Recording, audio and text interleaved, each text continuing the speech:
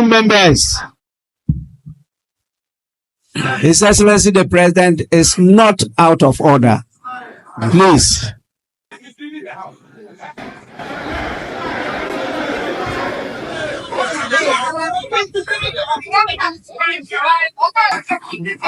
Honorable members, your statistics might be different from his, but that doesn't mean he's misleading the House.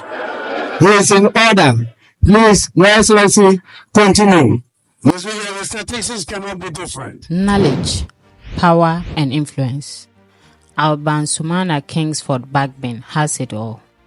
For the ruling party, he is like a stubborn roadblock, standing between them and their plans.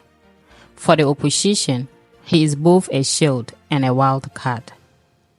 One moment they are champion, and the next a villain. In the hang-aid parliament, where power swung like a poorly installed ceiling fan, Alban Bagbin mastered the art of control. What is happening in this parliament is completely unacceptable. And I'm not sure you have appreciation of the temperature of the country. Neither am I sure you know the arduous nature of the responsibility that have been placed on your shoulders. You are all mature adults. What I'm talking about is still happening. The Marshal Department, get ready. I'll be compelled to get the Marshal to get people arrested and sent out. You are saying, Parliament is not a place for joking.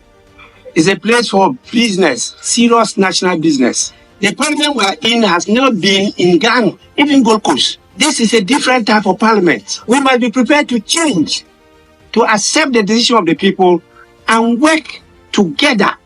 You make me sick.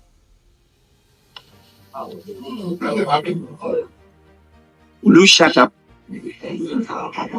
You rule out of order in the House. With a single stroke of his pen, he can flip the political landscape. Today, the majority celebrates. Tomorrow, they find themselves outnumbered by fate and one man's ruling. Loved by many, feared by even more, and misunderstood by many, there will never be another speaker quite like him. This is the story of Alban Bagbin, the man who turned Parliament into Ghana's most watched reality show.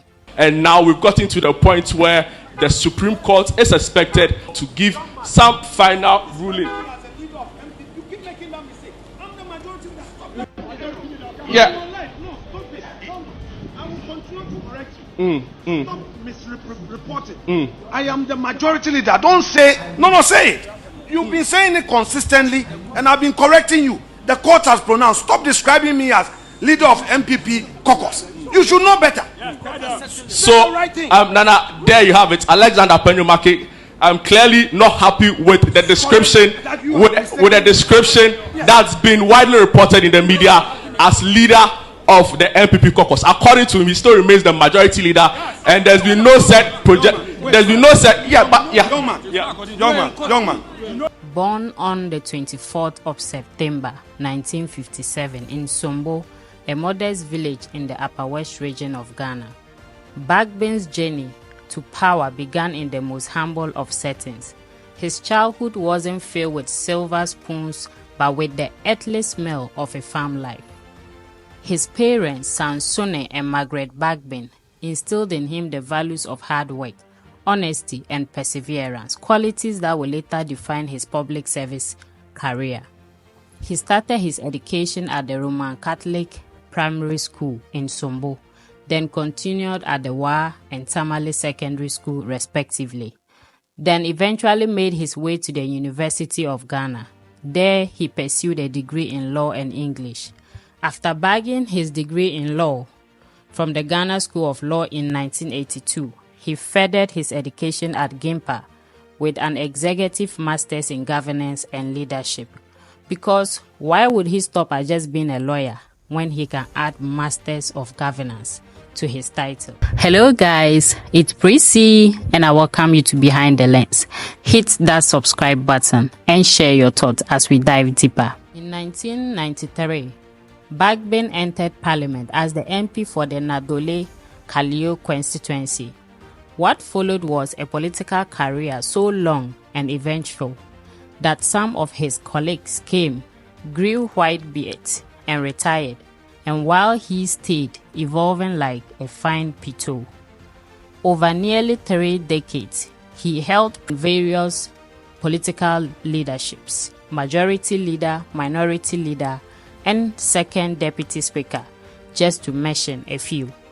Unlike some politicians who disappear when their party loses power, Bagbin was always relevant. And make service, public service, attractive. This one is so repulsive. People are getting frightened. Not just the energy, but the resources you need to be able to scrape through to be a member of parliament. When Bagbin was elected Speaker of the 8th Parliament in January 2021, the ruling MPP probably thought, he is one of us, so he will be so cooperative. And the NDC meanwhile celebrated like they had won the presidency. Little did both sides know that Bagbin had no intention of being anyone's puppet. With an almost equal number of MPs on both sides, Parliament was set up to be a battleground, and Bagbin was its referee. The problem? He wasn't interested in making calls that favored any one team. He was there to make sure the game was played fair and square. The majority in Parliament, the then ruling MPP in 2024, decided they had had enough of the Speaker of Parliament Bagbin's tricks and took him to court. Yes, you heard me right. The majority took the Speaker of Parliament to the Supreme Court, like an aggrieved tenant taking their landlord to rent control. The drama started when Speaker Bagbin, in a move that sent political shockwaves across the country, declared 4 parliamentary seats vacant. To inform the House that by the notification of the polls, the following members of Parliament have by their actions vacated their seats in Parliament. The members are Honorable Peter Yao Kwache Aka, NDC MP for Amenfi Central in the Western Region, now referred to as an independent parliamentary candidate for the same constituency. 2. Honorable Andrew Amwako Asiama, independent member for Komna constituency in Ashanti region, now referred to as MPP parliamentary candidate for the constituency. 3. Honorable Kojo Asante, MPP MP for Suhum in the Eastern region, now referred to as independent candidate for the same constituency.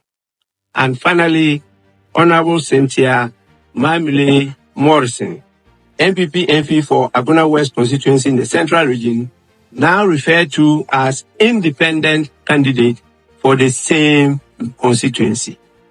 These MPs cannot be allowed by law and my good self to continue to pretend to be representing people that they don't believe in and they don't have any loyalty for in this House any longer. The House is accordingly so informed. This announcement was met with a kind of uproar that you expect if gobe sadly became so expensive than fried rice. The minority NDC cheered like they had just scored a last-minute goal in a Black Stars match. Fellow countrymen and women, the NDC now constitute the majority caucus in this 8th Parliament.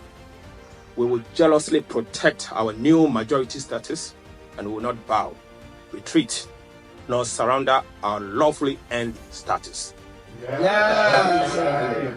I repeat, fellow countrymen and women, the NDC now constitute the majority caucus in this 8th Parliament. We will jealously protect our newly majority status and will not bow, retreat, nor surrender our lawfully earned status. With those 4 seats now empty, the already fragile balance of power in Ghana's first ever hung parliament shifted dramatically.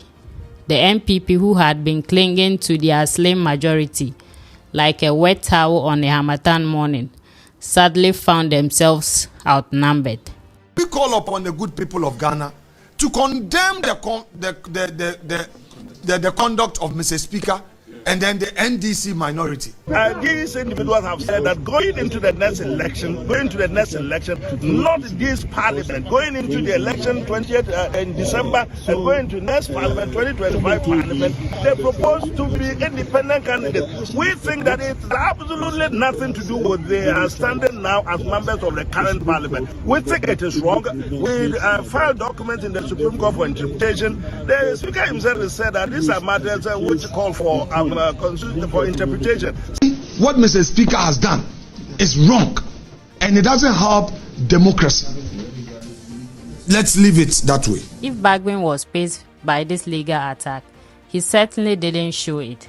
The man simply went out about his normal business as usual, occasionally throwing in some philosophical one-liners. By law, people are not certain of the law. And so even investors ran away. And as a leader for so many years, from 2001, I've been a leader. I can mention so many serious investors who say they will not invest in Ghana because of uncertainty of the law. Attempts to invest here, you will definitely have branches of the law. And then the courts and the system cannot tell you what the law is. And they lose a lot. So when you talk about unemployment, underdevelopment, and the rest, now who caused them? Leadership, I believe strongly, is cause. Everything else is effect. But at last, the MPP had a trick up their sleeves. After weeks of legal gymnastics, the Supreme Court finally delivered its verdict. Bagbin had overstepped. The seats were not vacant. The 4 MPs could keep their jobs.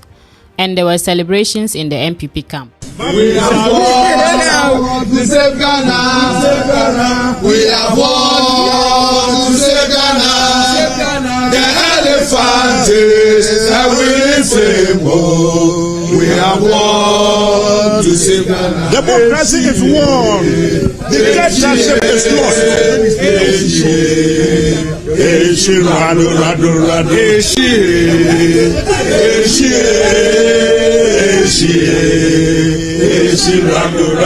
Bagbin called for parliamentary session to address the Supreme Court's decision. This was supposed to be a straightforward session, perhaps even a moment of victory for the MPP. But when the day came for Parliament to sit, something strange happened. The MPP MPs were nowhere to be found. It was as if they had collectively agreed to ghost Parliament. He is disrespecting the ruling of the Supreme Court. 4 MPs have been disallowed from coming in. You are not listening. No, when did any of the 4 MPs come in and they were asked not to come in? Do you know where Because today the second deputy speaker's aide has been in the chamber, but the second deputy speaker himself has not been inside. You may want to take some medication. Yes, it has no point shouting when you are ignorant of the matter. What it is this: it's not for the 4 people to simply show up. The Speaker has made a ruling barring them from coming to the Parliament. Supreme Court is reversed it. It is for the Speaker to sit up there and tell the House that his decision has been reversed, and so we say reversed if you are not seated. You say you are going to cite the Speaker for contempt. Not properly. I mean, you are going to. How would the Speaker reverse his decision? Again, I'm saying that you either want to take leave of your senses or you listen to what I am saying. If you are not prepared to listen to what I'm saying and just listen to your own voices, we're not going to get anywhere. Look at the policy of cameras. Everybody is listening, but you don't seem to be listening and concentrating on what I'm saying. It is not a question of our presence in there or not. It is for the Speaker. If it is only about 100 people who are coming to the room there, minority and the majority will constitute the composition of the House in its entirety. party. Whichever comes in there, provided that we have enough to constitute the house and then start business of the house, we should do it. So even if he had 99, which is 1/3 of what to form the quorum, it was for the speaker to make the announcement in the house that his ruling has been overset. Accordingly, minority back to where you were, majority back to where you have been. That is the simplest solution that we're talking about. You say you're going to cite him for contempt. Well, I'm sure Bagbin mood was, if you people won't come, I will not also talk. Or well, if you people don't come, I will just have to close my shop. And with that, he adjourned Parliament indefinitely. Yesterday, I received a process from the Supreme Court, which is a ruling from the Supreme Court pursuant to an ex parte application directing Parliament to recognize and allow the 4 affected members of Parliament to duly represent their constituents and conduct full scope of duties of their offices as members of Parliament pending the final determination of a suit filed by Honorable Alexander Afenyo Markin. By Article 102 of the Constitution, 1992, and Order 64.1 of the Standing Orders of Parliament, I note that we currently have a quorum to transact business, but not to take decisions. But by Article 104, the numbers are not sufficient for us to take decisions. And honorable members, we don't have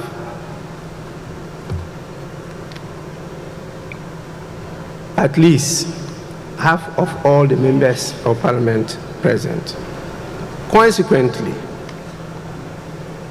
in view of the current circumstances, the fact that there is a question on the composition and constitution of Parliament, and having regard to the public interest and the exigencies of the state of affairs in Parliament, I will proceed to, in accordance with Standing Orders 59, adjourn the House indefinitely. That is sine die. With just one simple decision, adjourning Parliament indefinitely, he reminded everyone that democracy isn't just about winning court cases, it's about actually showing up to do the work. By January 7, 2025, the votes were counted, the results were announced, and once again, Alban Bagbin was the speaker. The majority were excited, the minority cheered, social media exploded, and memes flooded Twitter. Ghanaians, especially the youth, saw this as a victory, not for any political party, but for a speaker who has refused to be controlled. In an era where young people are delusioned with politicians, Bagbin stood out as a rare breed. I hereby duly declare Alban Sumana Kingsford Bagbin as having been elected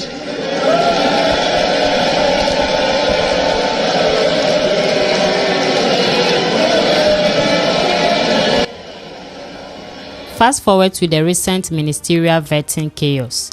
The appointment committee had turned into a scene from a poorly scripted drama. Ghana's parliament transformed into something resembling a mix of Game of Thrones. MPs jumping over tables, honorable members trading blows in the chamber, and walkouts that felt like more dramatic like breakups. The nation watched in disbelief as their elected representatives engaged in a behavior more suited to a wrestling ring than the halls of parliament. All this happening right in the middle of all this.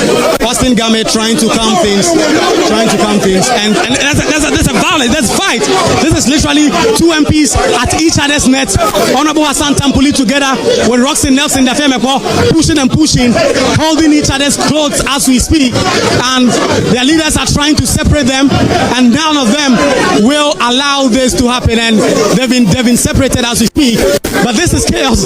This is a lot of very not so nice scenes as the marshals and other persons try to separate the conflict and the confrontation that is currently ongoing here at the appointment committee, where really not so much good scenes. The 9th Parliament is starting on not so good scenes so far. A lot of policemen walking in. Our policemen are walking in. A lot of policemen from the Parliamentary Protection Unit have now walked in, and they are trying to ensure that there is order and there is calm here ultimately for this process to happen.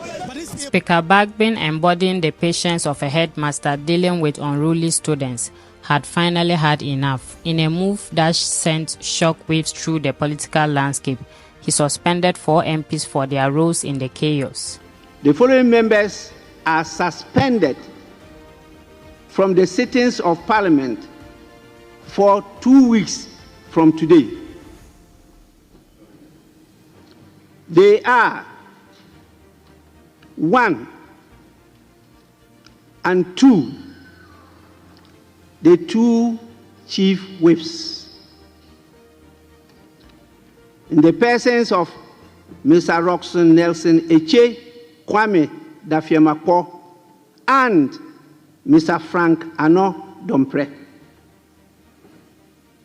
3, Mr. Alasan Suleimana Tampuli. And 4, Mr. Jerry Ahmed Shaib. However, in a surprising turn of events, Speaker Bagbin lifted the suspension after a few days, citing the remorse shown by the MPs involved. Your leaders actually came to me to plead that I temper justice with mercy. If any of you here is not remorseful, please be on your feet.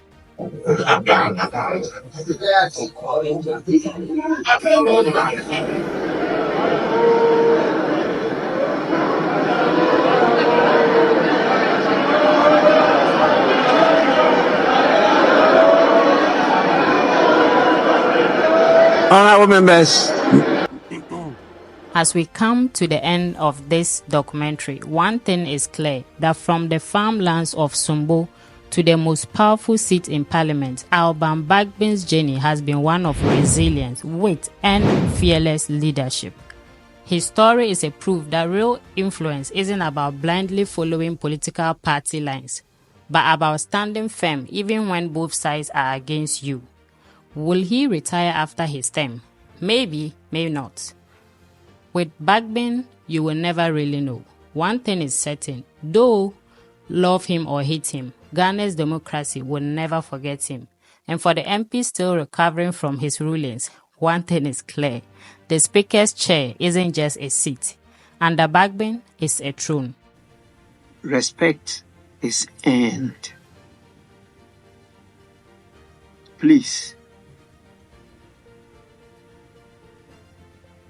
Appointments Committee. We have crafted rules of how Appointments Committee should conduct the business of public hearing. That is the term used, public hearings of nominees of the presidents. I'm not too sure there's reference to those rules in what I am witnessing myself.